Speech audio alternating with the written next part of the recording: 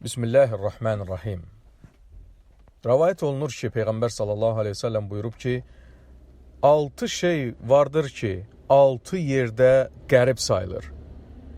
Məscid namaz qılmayan qövmün arasında qərib sayılır. Quran onu oxumayan kəslərin mənzilində qərib sayılır. Fasiq bir kimsənin köksündə Quran qərib sayılır.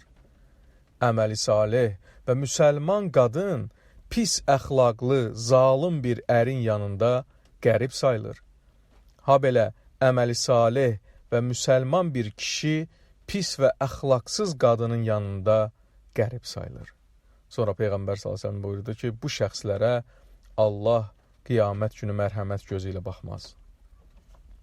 Əbu Bakr radiyallahu anhu demişdir ki, ey insan, İblis sənin önündə, nəfsin sağında, istəklərin solunda, dünya arxanda, bədən üzvlərin sənin ətrafında, yenilməz qüvvət sahibi isə fövqündədir. Allahın lənətinə gəlmiş iblis səni dinini tərk etməyə, nəfsin səni günah işlər görməyə, istəklərin səni şəhvətlərə, dünya onu axirətdən üstün tutmağına, bədən üzvlərin səni günahlara, yenilməz qüvvət sahibi isə səni cənnətə və bağışlanmağa səsləyir. Uca Allah buyurur, Allah isə sizi cənnətə və bağışlanmağa çağırır.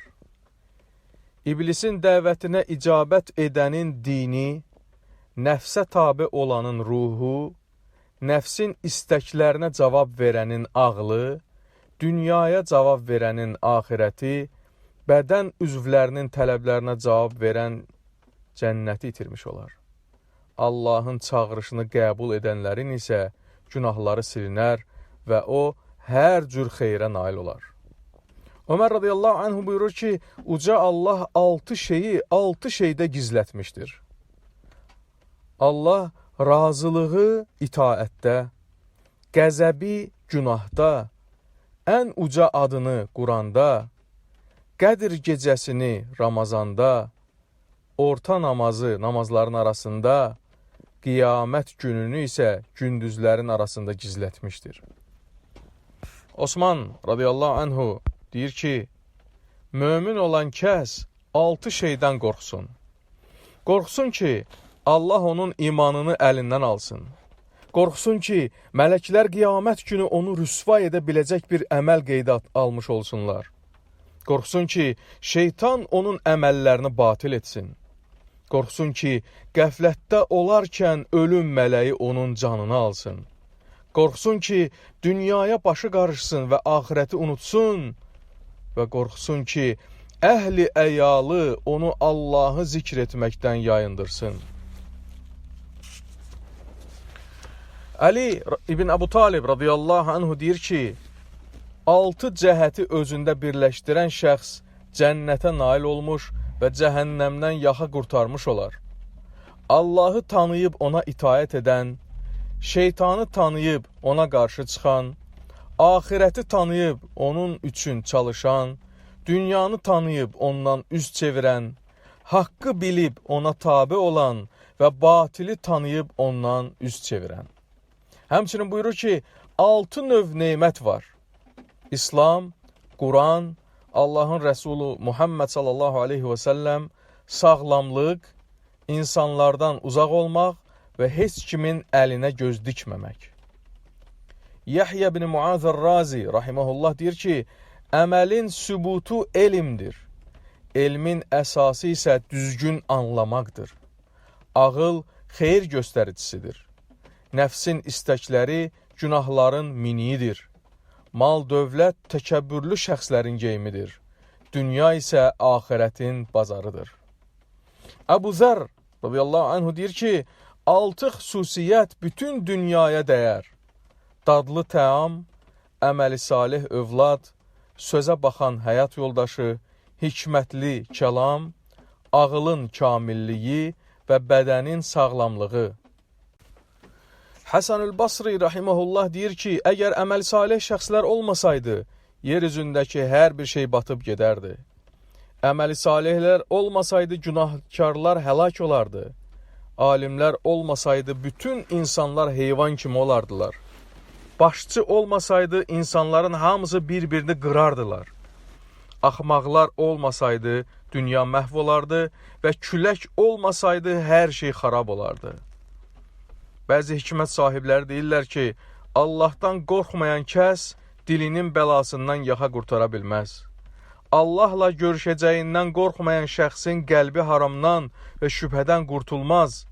İnsanlardan uzaq olmayan kəs tamahkarlıqdan da qurtulmaz.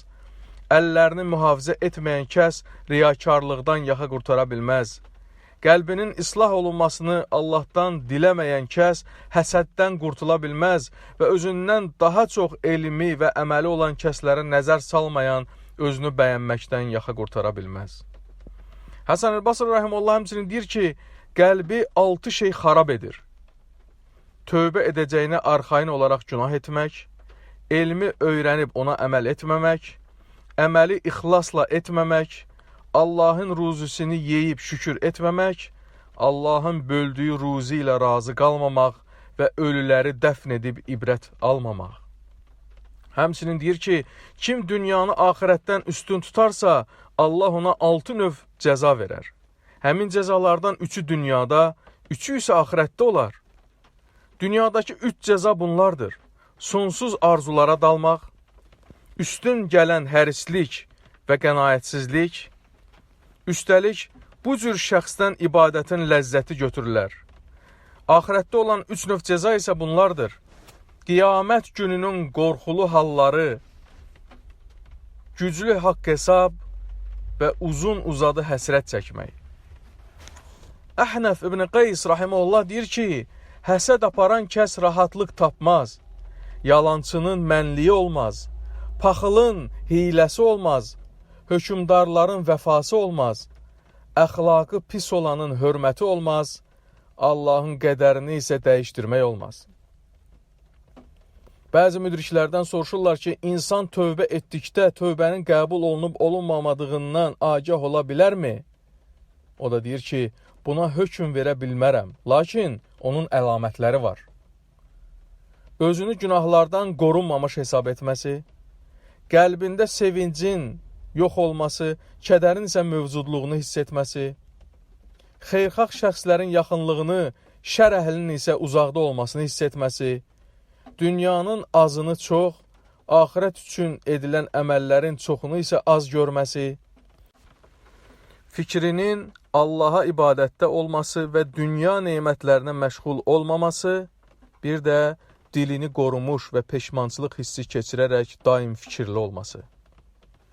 Yahya ibn Muaz rahimehullah deyir ki, zənnimcə ən böyük özünü aldatma, peşman olmadan bağışlanmaya arxayın olaraq günahları davam etdirmək, itaət etmədən Allaha yaxın olmağı hesab etmək, cəhənnəmin toxumları ilə cənnət bağlarında əkin əkməyə gizlətmək, asiliklə itaətkarlara məxsus məqamları diləmək, əməl etmədən mükafat gözləmək, ifrata varacaq dərəcədə Allahdan təmənna etmək. Əhməd ibn Qays rahimehullahdan bir dəfə soruşurlar ki, insana bəxş olunmuş ən xeyirli neymət nədir? O da deyir ki, anadan gəlmə ağıl. Soruşdular, başqa nə? Dedi, ədəb ərkan. Soruşdular, daha nə? Dedi, yaxşı dost. Soruşdular, başqa nə? Dedi, susmaq. Soruşdular, daha nə? Dedi ki, qəfil ölüm.